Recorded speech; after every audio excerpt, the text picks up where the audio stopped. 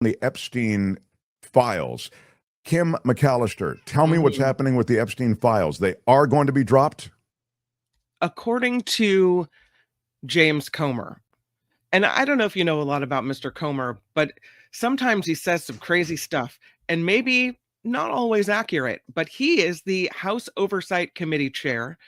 And he is saying that the Justice Department will start turning over the Epstein related files on Friday. He says they're going to come in tranches, batches, and so they won't all be released at once.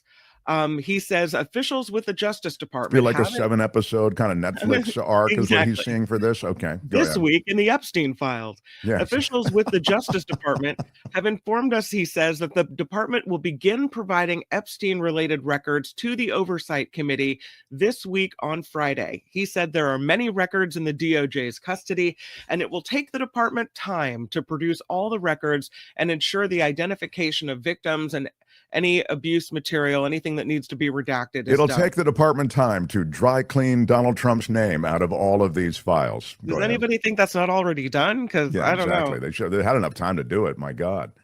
Yeah. The material released because of a subpoena that was issued last month for these files during an oversight subcommittee hearing. So that's what's happening. And apparently Comer says the files are coming. So we'll see. Well, look, I'll remind everybody they adjourned Congress early so they wouldn't have to vote on dumping the files to begin with.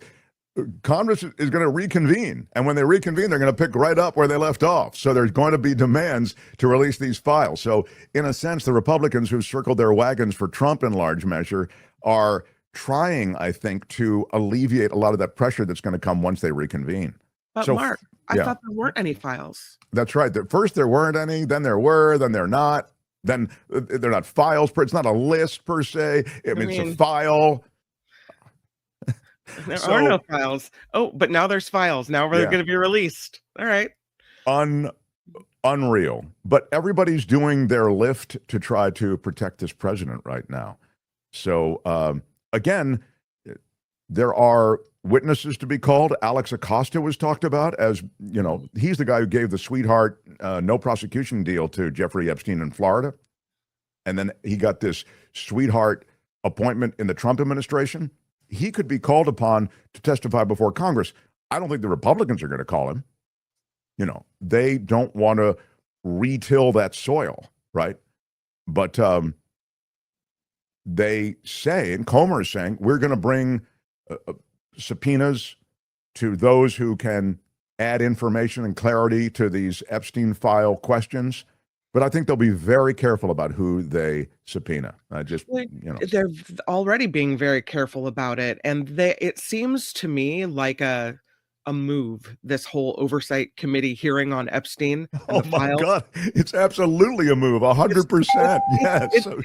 It's a move to push the suspicion onto other people rather than Trump. Sure. The whole thing was a Barack Obama plan. Right. Sure. Exactly. Yeah. It was a Bill Clinton thing. Yeah. They had Bill Barr come and testify. And the word after Barr's testimony was, oh, he said he had no implication for Trump at all in this. Right. That's the whole point of this is let's show that Trump is innocent.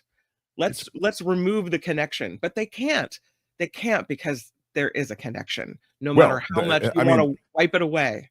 Trump's name is all over these files like a bad smell. All they can do, and they are doing it, as Kim sort of just, I think, alluded to, that they are removing or redacting Trump's name. I think doing it aggressively. I mean, my God, they're ready to pursue prosecutions against people who've done nothing wrong, from Adam Schiff to Biden administration officials.